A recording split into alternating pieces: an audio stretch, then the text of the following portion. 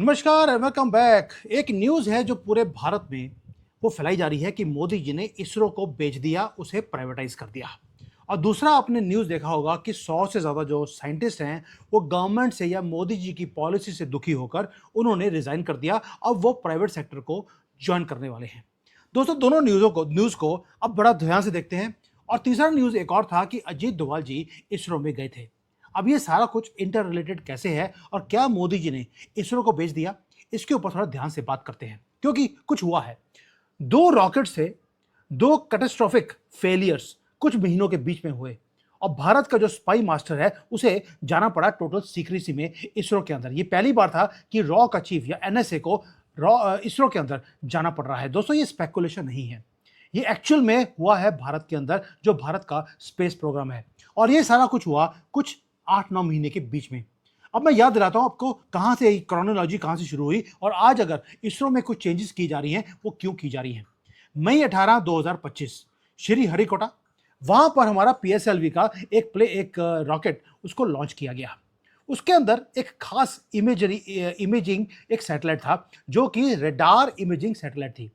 इसका मतलब क्या है, जो हमारा दुश्मन कंट्री है वहां पर अगर कोई भी रडार होगा, कुछ भी होगा, हमें दूर से पता लग जाएगा कहां पे उनका डिफेंस सिस्टम्स हैं और उसे हम स्पेस से अपने नीचे ग्राउंड पे बताएंगे और उसे डिस्ट्रॉय कर सकते हैं। फर्स्ट स्टेज रॉकेट का perfect, second stage perfect, third stage में सडन प्रेशर ड्रॉप होता है और मिशन फेल हो जाता है, जैसे कि किसी ने एकदम से प्रेशर को ड्रॉप करवा दिया हो। दोस्तों, छोटा सा लीक था उसके अंदर और पूरा मिशन हमारा फेल हो गया, हमारी ये सैटेलाइट भी साथ में खत्म हो गई। इसरो ने उसके बाद एक कमेटी को फॉर्म किया, इन्वेस्टिगेशन शुरू हो गया। अभी इन्वेस्टिगेशन चल रहा था तो उसके बाद जनवरी 12 2026 वही रॉकेट, वही फैमिली, पीएसएलवी वो साथ में लेके जा रहा था, उससे भी ज्यादा एक सेंसिटिव सैटेलाइट जिसका नाम रखा गया था अन्वेष। दोस्तों, डीआरडीओ का ये हाइपर स्पेक्ट्रम का सर्वेलेंस सैटेलाइट था जो हमारे दुश्मन कंट्रीज की सैटेलाइट्स को भी सर्वे कर सकता था। डिजाइन किया गया था एक तो उनकी सैटेलाइट्स को करने के लिए, दूसरा जो हमारा दुश्मन है अगर वो बॉर्डर के पास पास कहीं भी अपनी पोजीशंस को क्रिएट करता है तो हम पिन पॉइंट एक्यूरेसी के साथ within few less than 1 metre हम पिन पॉइंट कर सकते थे कि यहां पर ये पोजीशन कर रहे हैं, यहां से जिहादियों को भारत में एंटर करवाने की कोशिश की जा रही है। लेकिन वो अकेली एक सैटेलाइट नहीं थी, 16 सैटेलाइट्स उसके साथ और जा रही थी। कौन कौन सी कंट्रीज की? थाईलैंड, स्पेन, ब्राजील, नेपाल और यूके। इन सबको हमारे पीएसएलवी के ऊपर इनको ट्रस्ट था। एक तो ट्रस्ट टूट गया क्योंकि जब वो फेल हुआ रॉकेट, उसके साथ साथ हमारा जो ट्रस्ट है वो भी फेल हो गया। वहां पर भी third stage, first and second stage में रॉकेट में कोई दिक्कत नहीं था, थर्ड स्टेज पे पहुंचते ही वहां पर टर्बुलेंस आ गया और पूरी की पूरी जो 16 सैटेलाइट्स है वो देवर डिस्ट्रॉयड। साथ में जो हमारा जो मेन सेंसिटिव सैटेलाइट थी वो भी खत्म हो गई। पहली बार हिस्ट्री में पीएसएलवी, जो भारत का नहीं दुनिया का मोस्ट ट्रस्टेड रॉकेट है, जो 1990 से लेकर अब तक कभी फेल नहीं हुआ, दो लगातार, क्योंकि सेंसिटिव वहां पे सैटेलाइट जा रही हैं वो फेल होने शुरू हो गए। इसका मतलब है कुछ ना कुछ दिक्कत था। इसलिए दिल्ली के अंदर भी आपको मालूम है थोड़ा सा गवर्नमेंट हमारी देर से जागती है। जनवरी 16 को ये हुआ, 16 जनवरी 22 को एनएसए अजीत डोभाल वो लैंड करते हैं श्री वंदपुरम में। वहां पर कोई प्रेस कॉन्फ्रेंस नहीं, कोई अनाउंसमेंट नहीं, एक secret of the record of the camera visit वहां पर किया गया और ऑथराइज इस विजिट को प्राइम मिनिस्टर मोदी ने खुद किया था। वहां पर विक्रम साराभाई जो स्पेस सेंटर है वहां पर बैठकर वो एक एक आदमी से वो पूछना शुरू होती है कि भाई ये जो पूरा का पूरा फैसिलिटी है वो बनाता कौन है, इसको इंटीग्रेट करता कौन है और जो इसके क्रिटिकल स्टेजेस हैं उसको देखता कौन है। अब 2 दिन के लिए अजीत डोभाल इसरो में बैठे रहे, क्लोज डोर में एक एक बंदे के साथ मीटिंग्स हुई। वहां पर जितने भी ये डायरेक्टर्स हैं, सीनियर इंजीनियर्स हैं, प्रोपल्शन के जो साइंटिस्ट हैं, क्वालिटी एश्योरेंस के लोग हैं, मटेरियल्स को देखने वाले लोग हैं, मिशन इंटीग्रेशन है, डोभाल जी ने किसी को छोड़ा नहीं, सबके साथ मीटिंग करी 1 to 1। और आपको मालूम है जहां पर ये बैठ जाते हैं बड़े बड़ों की पैंट एक गिल्ली होती हैं और तोते की तरह बोलते हैं। उसके बाद उन्होंने जो मैन्युफैक्चरिंग रिकॉर्ड्स हैं, इंटरनल ऑडिट्स हैं, वो वाली किताबें भी उन्होंने चेक करी। अब क्वेश्चन एक है कि यार रॉकेट्स हैं, गिरते रहते हैं, लेकिन अगर आपको अपना टॉप सिक्योरिटी ऑफिशियल को इन्वेस्टिगेशन करने के लिए एक रॉकेट फेलियर के लिए आपको भेजना पड़े, इसका मतलब है you can smell something is wrong. क्योंकि आपका जो सबसे ज्यादा रिलायबल व्हीकल है वो 2 बार कुछ ही महीनों के बीच में वो फेल नहीं हो सकता, वो भी कहाँ पर, फर्स्ट सेकंड स्टेज पे नहीं, थर्ड स्टेज के ऊपर। जो आदमी थर्ड स्टेज को, जो पूरी टीम उसको देखती है, उसको भी इन्वेस्टिगेट किया गया। क्योंकि मामला क्या था?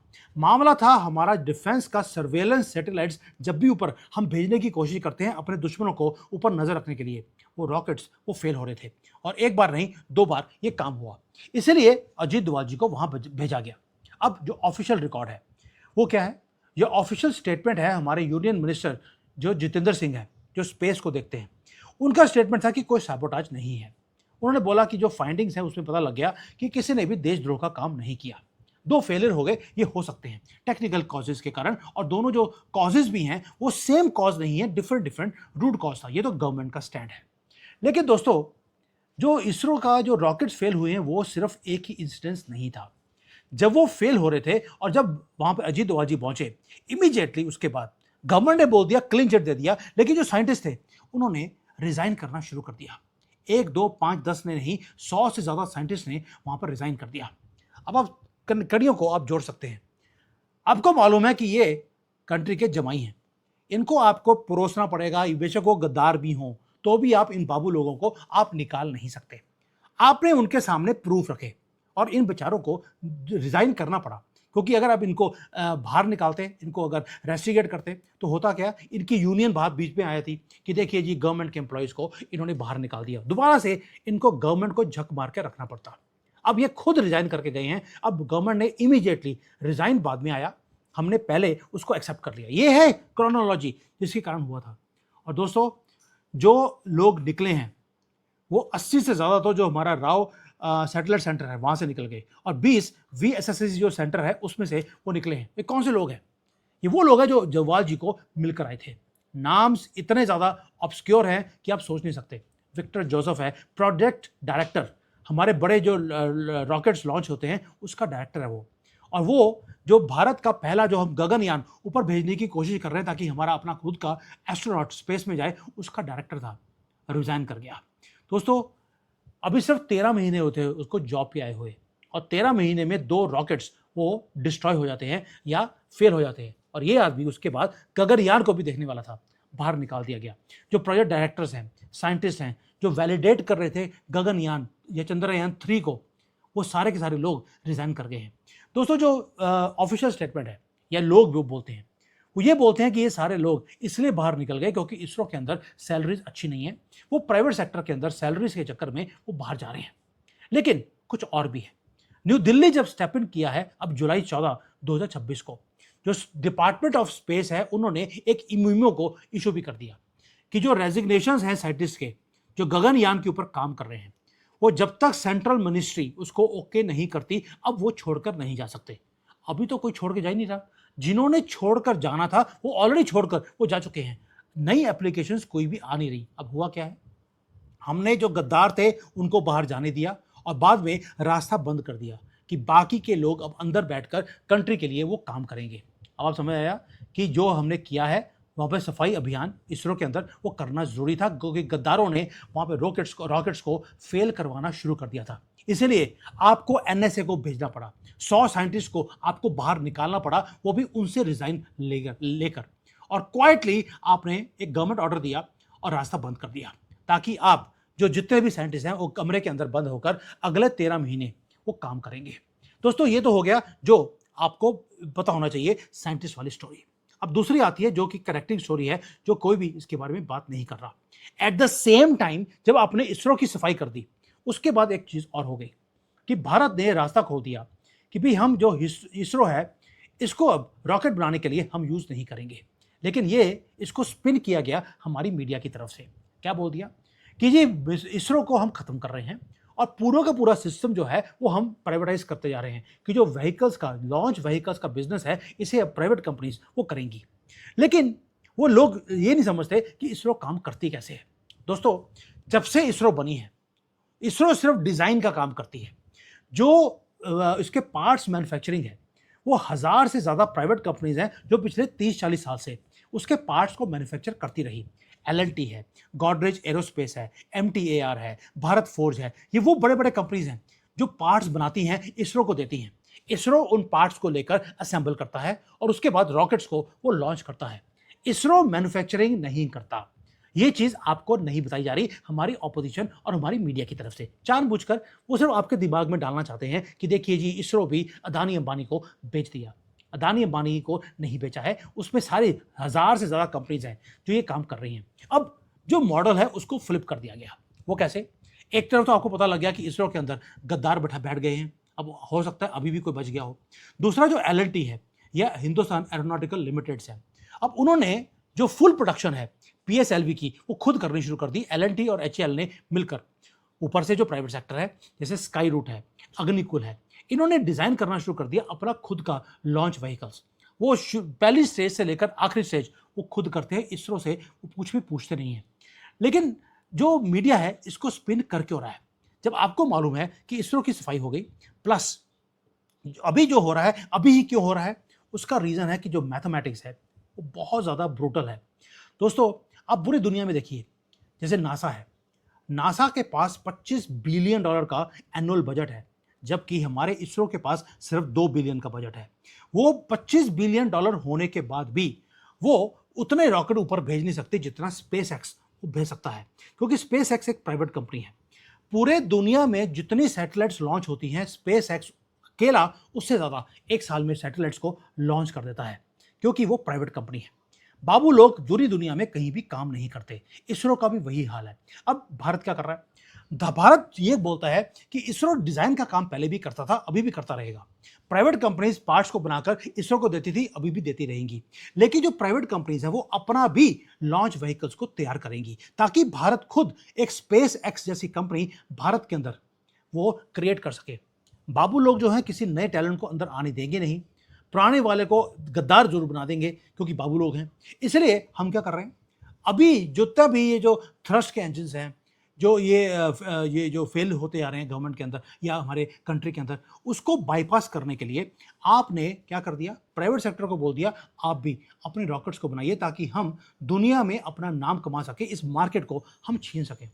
दोस्तों, इसलिए जब आपके पास एनएसए को जब पर्सनली विजिट करना पड़े, जब किसी ने सैबोटाज किया ही नहीं तो एनएसए को भेजने की जरूरत क्या थी? वहां पे साइंटिस्ट को छोड़ के जाने की जरूरत क्या थी अजीत डोभाल जी के जाने के बाद? दोस्तों, ये कोई बैड टाइमिंग नहीं था, ये एक्चुअल टेस्ट था हमारे पूरी रेजिलियंस का। अब हो क्या रहा है? हो ये रहा है कि इसरो पहले भी डिजाइन का काम कर रहा था, अभी भी करेगा। लेकिन पहले इसरो अकेला था जो लॉन्च करता था सैटेलाइट्स को, अभी क्या करेगा? मॉडल थोड़ा सा चेंज कर दिया, हल्का सा। इसरो को बेचा नहीं है, वो डिजाइन वाला काम करता रहेगा, लेकिन अब वो प्राइवेट कंपनीज के साथ मिलकर वो लॉन्च भी करेगा। इसरो असेंबल करेगा, लॉन्च करेगा और प्राइवेट कंपनीज भी करेंगी। लेकिन जो इसरो है उससे छीन कर या एक पैरेलल सिस्टम बनाने की जरूरत क्यों पड़ी? क्योंकि जो प्रोसेस है इसरो का वो बहुत ज्यादा स्लो है। जो काम प्राइवेट सेक्टर एक हफ्ते में या एक महीने में करता है, इसरो 2 साल में करता है। इसरो क्या होता है कि अंदर बाबू लोग हैं, सुबह 9 बजे आए, आके चाय पीनी होती है, फिर लंच पे जाना है, उसके बाद सिगरेट भी पीनी है और शाम को 5 बजे घर पे जाकर उनको बीवी बच्चों के साथ खेलना होता है। बाबू लोग जमाई हैं इस देश के, और इसलिए अब कान पकड़ के उनसे काम अब करा नहीं सकते, पूछने वाला कोई है नहीं। तो इसलिए होता क्या है, मोदी जी चाहते हैं कि हम स्पेस को रूल करें। नासा जैसे कंट्रीज, नासा जैसी जो कंपनीज हैं वो अब क्या बोल रही हैं, हम इसरो के साथ मिलकर स्पेस एक्सप्लोरेशन का काम करेंगे। कब बोला? जैसे ही हमने बोल दिया कि हम प्राइवेट सेक्टर को आगे लेके आ रहे हैं, जो नए स्टार्टअप्स हैं इनको हम ज्यादा पावर दे रहे हैं। नासा ने भी बोल दिया हम भारत के साथ मिलकर हम काम करेंगे। किसी और कंट्री को उन्होंने इनवाइट नहीं किया है, क्योंकि आपने जो बेड़ियां थी बंधी हुई उसको आपने छोड़, उसको अपने निकाल दिया। नासा आपके साथ काम करने को तैयार है। दोस्तों, अब इसरो अपना टाइम सिर्फ R&D पे वो स्पेंड करेगा, ताकि वो R&D करे और वो जो फ्यूचर की टेक्नोलॉजीज बनानी है उसको लेकर आए, और उसको लॉन्च करने के लिए जो स्पेस की एजेंसीज हैं, जो प्राइवेट एजेंसीज हैं, उसके साथ मिलकर वो काम करेगा। प्राइवेट सेक्टर वो पार्ट्स बनाता रहा, असेंबली लाइन भी वो खुद लगाएंगे और लॉन्च भी खुद करेंगे, विद और without help of ISRO. ISRO को बेचा नहीं गया है, उसको डाइल्यूट नहीं किया गया है, सिर्फ उसको और ज्यादा पावरफुल बना दिया कि आप R&D पे जो $2 बिलियन आप लॉन्च पे और उस पे लगाते हैं, आप R&D पे आप लगाइए, आप टेक्नोलॉजीज निकालिए, और उसके बाद हम जो स्पेस टेक्नोलॉजी है या स्पेस का जो पूरा ये मार्केट है इसको हम कैप्चर कर सकें। दोस्तों, क्वेश्चन ये है, अगर मोदी जी प्राइवेट सेक्टर को बीच में लेके आ रहे हैं एक इंडस्ट्री के अंदर, भाई जो डिफेंस का जो प्रोडक्शन है उसके अंदर भी हमारे पास अपनी ऑर्डिनेंस फैक्ट्रीज हैं, लेकिन जब से हमने प्राइवेट सेक्टर को बोला कि आप भी आइए, आप भी हथियार बनाइए, हमने अपनी AK-203 कल लॉन्च कर दी। भारत के बने हुए सारे पार्ट्स हैं, रशिया से पार्ट्स बनकर नहीं आए हैं। आहिस्ता आहिस्ता जो प्राइवेट सेक्टर है, जब उसे प्रॉफिट दिखता है, वो इंडस्ट्री के अंदर एंटर करता है, और हम अपना जो ये इंडस्ट्री है स्पेस की, उसे फास्ट फॉरवर्ड करने की कोशिश कर रहे हैं। हम रिप्लेस करना चाहते हैं जो इंस्टीट्यूशनल स्लोनेस है बाबू लोगों का। इसलिए वो जो बाबू लोग हैं वो आज आहिस्ता आहिस्ता करके वो दरवाजे से बाहर निकलते जा रहे हैं, क्योंकि उनको फ्री में खाना चाहिए और गवर्नमेंट फ्री में खाने के लिए अब पैसे नहीं देगी। दोस्तों, अब होगा क्या? होगा यही कि जो हमारा इसरो है वो स्टार कंपनी था, वो स्टार कंपनी ही रहेगा। इसे कोई भी चेंज नहीं कर सकता। हमारी हिस्ट्री है उसके साथ, लेकिन अभी थोड़ा सा उसमें हो सकता है कि कांग्रेस ही कुछ में एंटर कर गए हो, जो नहीं चाहते कि पाकिस्तान की हम वाट लगाएं। ऑपरेशन 2.0 में, या इसको बोलते हैं ऑपरेशन सिंदूर 2.0, पाकिस्तान को भी मालूम है, इसलिए कुछ गद्दार इसरो के अंदर एंटर कर गए थे। डोवाल जी ने उसकी सफाई तो कर दी। अब जो इनोवेशन है और बेटर अडेप्टिबिलिटी है, उसके ऊपर काम होना शुरू हो गया। That's all. प्राइवेट सेक्टर को इसरो बेचा नहीं गया है, बस जो देश के जमाई बैठे हुए थे इसरो में, उनको निकाल कर बाहर फेंका गया है। That's all it is. अब देश में दो जमाई हैं, एक जो इसरो में आके बैठ गए थे जमाई, या जिसको बोलते हैं कि गवर्नमेंट के बाबू लोग, और दूसरे हैं लैंड चोर, कांग्रेस के वेल नोन जमाई ऑफ दिस कंट्री। ये दोनों को अब सीधा किया जा रहा है। तो अब आप डिसाइड कीजिए कि क्या इसरो को भारत ने बेच दिया, डाइल्यूट कर दिया, या इसरो को, या जो हमारा स्पेस का प्रोग्राम है उसको हमने ज्यादा विंग्स लगा दिए। दोस्तों, अब हम एक चीज तो समझ आ गई गवर्नमेंट को कि गवर्नमेंट का बिजनेस करना नहीं है। गवर्नमेंट का बिजनेस है पॉलिसीज बनाना, उनका काम है R&D करना, उनका काम है और बड़े बड़े स्टार्टअप्स को क्रिएट करना, ताकि जो देश का बोझ है वो गवर्नमेंट की बजाय प्राइवेट सेक्टर लेना शुरू कर दे। प्लीज अंडरस्टैंड वन थिंग, ये पूरी क्रोनोलॉजी मीडिया में कोई भी आपके सामने नहीं रखेगा। वो सिर्फ ये बता रहे हैं कि मोदी जी ने इसरो को भी बेच दिया, वैसे ही जैसे पहले इंश्योरेंस के लिए बोला था, स्टेट बैंक ऑफ इंडिया के लिए बोला था, इवन जो हिंदुस्तान एरोनॉटिकल लिमिटेड है उसके लिए राहुल गांधी ने क्या बोला था, इसरो बेच दिया, इन्होंने HAL बेच दिया, इन्होंने इंश्योरेंस बेच दिया। वो सारी मोस्ट प्रॉफिटेबल चल रही हैं आज की डेट में, और उनके शेयर की वैल्यू जो जीरो थी, आज देख लीजिए कहाँ कहाँ पहुँच चुकी है। Please do not disturb your self, क्योंकि ऐसे जो लोग हैं जिसको मोदी जी ने बोल दिया आजकल दिमागी नक्सल, ये नक्सल नहीं, ये दिमागी नक्सल नहीं, ये बॉर्न नक्सल्स हैं, जो देश की तरक्की चाहते नहीं हैं और वो खुद कुछ करते नहीं, और आपका दिमाग जो है, जो इस देश की तरक्की के लिए जो लगा हुआ है, उसको भी भ्रमित करने के लिए ये सारे काम किए जा रहे हैं। That's why I said please research yourself. जो रियल रीजंस हैं वो मैंने आपके सामने रख दिए। ये वीडियो मैं बनाना नहीं चाहता था। एक मीना जी हैं, उन्होंने मुझे बोला कि सुमित ये क्या हो रहा है, मोदी जी ने इसरो भी भेज दिया। और फिर मेरे दिमाग में आया कि अगर इतने पढ़े लिखे लोग जो इतने इंटेलेक्चुअल हैं, खुद रिसर्च करते हैं, इतनी स्टडी करते हैं, अगर वो भी इस चीज़ों में फंस रहे हैं, दैट मीन्स नैरेटिव बहुत नीचे तक ऑपोजिशन ने फैला दिया है। इसके ऊपर इसका पर्दाफाश करना जरूरी था। इसलिए मीना जी, आपके कहने पर ये वीडियो बनाया। और आप में से भी कोई लोग, अगर आपको भी लगता है कि कोई टॉपिक्स हैं जिसे मुझे कवर करना चाहिए, please let me know. I will cover it after doing the deep research, then I will come back again with you. Thank you. जय हिंद। वंदे मातरम।